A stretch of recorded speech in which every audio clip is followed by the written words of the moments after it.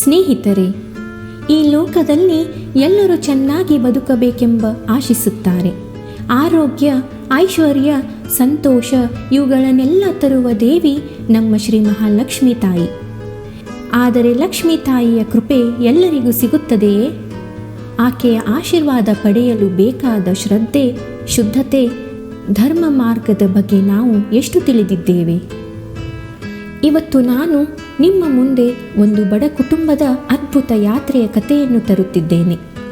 ಅಲ್ಲಿ ಭಕ್ತಿ ಇದೆ, ಸಹನೆ ಇದೆ, ತ್ಯಾಗವೂ ಇದೆ ಮತ್ತು ಅಂತಹ ಮನೆಯಲ್ಲಿ ಸ್ವತಃ ಲಕ್ಷ್ಮೀ ತಾಯಿ ಕಟಾಕ್ಷ ಮಾಡಿದ್ದಾಳೆ. ಬನ್ನಿ ಕೇಳೋಣ ಈ ಪವಿತ್ರ ಕಥೆಯನ್ನು. ಉತ್ತರ ಕರ್ನಾಟಕದ ಬಡಹಳ್ಳಿಯಲ್ಲಿ ಒಂದು ಕುಟುಂಬ. ತಂದೆಯ ಹೆಸರು ಲಕ್ಷ್ಮಣ ಭಟ್ಟರು. ಶಾಸ್ತ್ರಪಾಠ ಮಾಡುತ್ತಿದ್ದರು. ಆದರೆ ಜೀವನದಲ್ಲಿ ಅವರ ಹತ್ತಿರ ದುಡ್ಡು ಇರಲಿಲ್ಲ. ಪತ್ನಿ ದಾರಾದೇವಿ ಅತ್ಯಂತ ಸರಳ, ಶ್ರದ್ಧಾವಂತೆ. ಪ್ರತಿದಿನ ಭಗವತಿ ಲಕ್ಷ್ಮಿಗೆ ದೀಪ ಬೆಳಗಿಸಿ ಹೂವಿಟ್ಟು ನಮನ ಮಾಡುವವಳು. ಆ ದಂಪತಿಗೆ ಒಬ್ಬ ಮಗನಿದ್ದನು. ಬಡತನದ ನಡುವೆ ಬೆಳೆಯುತ್ತಿದ್ದ ಆ ಹುಡುಗ ಹೊಟ್ಟೆಗಿಲ್ಲದ ದಿನಗಳಲ್ಲಿ ಕೂಡ ದಾರಾದೇವಿಯು ತುಳಸಿ ಕಟ್ಟೆಗೆ ಸ್ವಲ್ಪ ಹಾಲು, ಪ್ರಸಾದ ಮತ್ತು ದೀಪವನ್ನು ಇಡುತ್ತಿದ್ದಳು. ಆ ದಂಪತಿಯ ಮಗ ಒಮ್ಮೆ ಅವರ ತಾಯಿಗೆ ಒಂದು ಪ್ರಶ್ನೆಯನ್ನು ಕೇಳುತ್ತಾನೆ. ಅಮ್ಮ, ನಮಗೆ ಹೊಟ್ಟೆಗೆ ಅನ್ನವಿಲ್ಲ, ನೀನು ಯಾಕೆ ಲಕ್ಷ್ಮಿಗೆ ದೀಪವನ್ನು ಹಚ್ಚುತ್ತೀಯಾ? ಆಗ ಅಮ್ಮ ಹೀಗೆ ಉತ್ತರಿಸಿದಳು, ಲಕ್ಷ್ಮೀ ದೇವಿಯು ಮನೆಗೆ ಬರುವಂತೆ ಮಾಡೋದನ್ನು ನಾವು ನಿರ್ಧರಿಸಲು ಸಾಧ್ಯವಿಲ್ಲ. ಆದರೆ ನಮ್ಮ ಮನೆಯಲ್ಲಿ ಶುದ್ಧತೆ, ಭಕ್ತಿ, ಧರ್ಮ ಈ ಎಲ್ಲವೂ ಇದ್ದರೆ ತಾಯಿ ಬರದೆ ಇರಲಾರೆ ಎಂದು ಅಮ್ಮ ತನ್ನ ಮಗನಿಗೆ ಹೇಳುತ್ತಾಳೆ. ಒಂದು ದಿನ ಸಂಜೆಯ ಹೊತ್ತು ಒಂದು ಅಪರಿಚಿತ ದೀನವಾದ ಮಹಿಳೆ ಬಂದು ಬಾಗಿಲಿನಲ್ಲಿ ನಿಂತಳು. ಆಕೆ ಕೇಳಿದಳು, ಮಗನೇ, ಒಂದು ಗ್ಲಾಸ್ ನೀರು ಸಿಗುತ್ತಾ? ಆಗ ದಾರಾದೇವಿಯ ಮನೆಯಲ್ಲಿ ನೀರು ಕೂಡ ಇರಲಿಲ್ಲ. ಅವಳು ಕೆರೆಯಿಂದ ತಂದು ಕೊಟ್ಟಳು. ಆ ಅಪರಿಚಿತ ಮಹಿಳೆಯು ಹೋಗುವಾಗ ಒಂದು ಮಾತನ್ನು ಹೇಳುತ್ತಾಳೆ, ಈ ಮನೆಯಲ್ಲಿ ಶುದ್ಧತೆ ಇದೆ, ಸಹನೆ ಇದೆ. ಈ ಸಹಾಯವನ್ನು ನಾನು ಎಂದಿಗೂ ಮರೆಯುವುದಿಲ್ಲ ಎಂದು ಹೇಳಿ ಹೊರಟು ಹೋದಳು. ಆ ಅಪರಿಚಿತ ಮಹಿಳೆಯು ನಿಶ್ಚಲವಾದ ನಸುಕಿನಲ್ಲಿ ಪುನಃ ದಾರಾದೇವಿಗೆ ತೋರುವವಳು. ಈ ಭಾರಿ ಪ್ರಭಾವಶಾಲಿ ರೂಪದಲ್ಲಿ ಅದು ಶ್ರೀ ಮಹಾಲಕ್ಷ್ಮಿಯ ಸ್ವರೂಪ.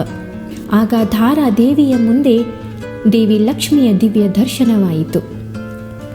ದೇವಿ ಲಕ್ಷ್ಮಿಯು ದಾರಾದೇವಿಗೆ ಹೇಳುತ್ತಾಳೆ, ನಿನ್ನ ಸಹನೆ, ನಿನ್ನ ಶ್ರದ್ಧೆ, ನಿನ್ನ ಪ್ರೀತಿಯ ಶುದ್ಧತೆಗೆ ನಾನು ತೃಪ್ತಳಾದೆ. ನಿನ್ನ ಮನೆಗೋಸ್ಕರ ನಾನು ಇಂದಿನಿಂದಲೇ ನೆಲೆಸುತ್ತೇನೆ. ನಿನ್ನ ಮಗನು ವಿದ್ಯಾವಂತನಾಗಿ ಮನೆ ಧನ ಧಾನ್ಯದಿಂದ ಕೂಡುತ್ತದೆ. ಎಲ್ಲ ದುಃಖಗಳಿಗೆ ಇದೀಗ ಕೊನೆಯಾದಂತಿದೆ ಎಂದು ಹೇಳಿ ಹೊರಟು ಹೋಗುತ್ತಾಳೆ. ಮರುದಿನ ಬೆಳಿಗ್ಗೆ ಮಾಯೆಯಂತೆ ಮನೆಯ ಒಳಗೆ ಹೊಸ ಬಟ್ಟೆಗಳು, ಅಕ್ಕಿ, ಧಾನ್ಯ, ಹಣ, ಮನೆಯೊಳಗೆ ಬದಲಾವಣೆಯ ತಿರುಳು. ದಂಪತಿಯ ಮಗ ಈಗ ಶಾಲೆಯಲ್ಲಿ ಮೊದಲನೇ ಸ್ಥಾನ. ತಂದೆಗೆ ಮತ್ತೆ ಶಾಸ್ತ್ರಪಾಠ ಮಾಡಲು ಅವಕಾಶ. ಇನ್ನು ದೇವಿಯ ದಯೆಯಿಂದ ಅವರ ಮನೆ ಬೆಳಿಗ್ಗೆ ಬಡವರಿಗೆ ಅನ್ನದಾನ ಮಾಡುವ ಕೇಂದ್ರವಾಯಿತು. ಹೆಜ್ಜೆ ಹೆಜ್ಜೆಗೂ ದೇವಿಯ ಕೃಪೆ. ಹಳ್ಳಿಯಲ್ಲೆಲ್ಲ ಹಬ್ಬಗಳ ಸಮಯದಲ್ಲಿ ಲಕ್ಷ್ಮೀ ಪೂಜೆ, ದೀಪೋತ್ಸವ, ಅನ್ನದಾನ ನಡೆಯುತ್ತಿತ್ತು. ಶ್ರೀಮಂತಿಕೆಗೆ ಇವರಿಗೆ ಅಹಂಕಾರವಲ್ಲ, ಸೇವೆಯ ಮಾರ್ಗವಾಯಿತು.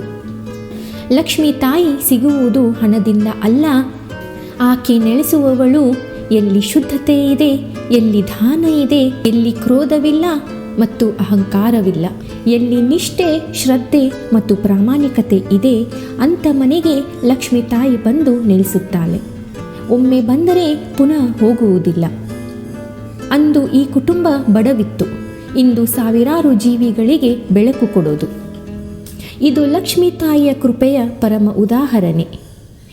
ಯಾರು ಅವಳನ್ನು ನಿಜವಾದ ಶ್ರದ್ಧೆಯಿಂದ ಪೂಜಿಸುತ್ತಾರೋ ಅವರಿಗೆ ಸಿಗುವುದು ಕೇವಲ ಹಣವಲ್ಲ, ಅವರು ಜೀವನದಲ್ಲಿ ಬೆಳಕು ಹೊರುವ ಜೀವಿಯಾಗುತ್ತಾರೆ. ಇಂದು ನಾವು ಕೇಳಿದ್ದು ಒಂದು ಕೇವಲ ಕಥೆಯಲ್ಲ, ಇದು ಒಂದು ಪಾಠ, ಒಂದು ದಾರಿ, ಒಂದು ದೇವಿಯ ಕೃಪೆಯ ಪ್ರತಿಬಿಂಬ. ಲಕ್ಷ್ಮಿ ತಾಯಿ ಹಣ ಮಾತ್ರ ಕೊಡಲ್ಲ, ಅವಳು ಜೀವನದ ಎಲ್ಲ ಆಯಾಮಗಳಲ್ಲಿ ಬೆಳಕನ್ನು ತರುತ್ತಾಳೆ. ಆರೋಗ್ಯ, ವಿದ್ಯೆ, ಶಾಂತಿ, ಸಂಸಾರದ ಸುಖ ಈ ಎಲ್ಲವುದಕ್ಕೂ ಆಕೆ ಮೂಲ ಕಾರಣ.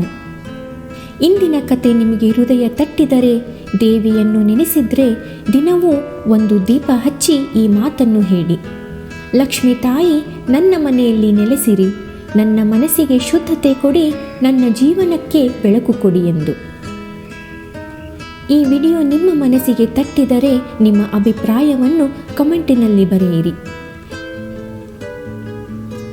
ಮತ್ತು ಈ ದೇವಿಯ ಮಹಿಮೆ ಕಥೆಯನ್ನು ಹೆಚ್ಚು ಜನರಿಗೆ ಹಂಚಿಕೊಳ್ಳಿ.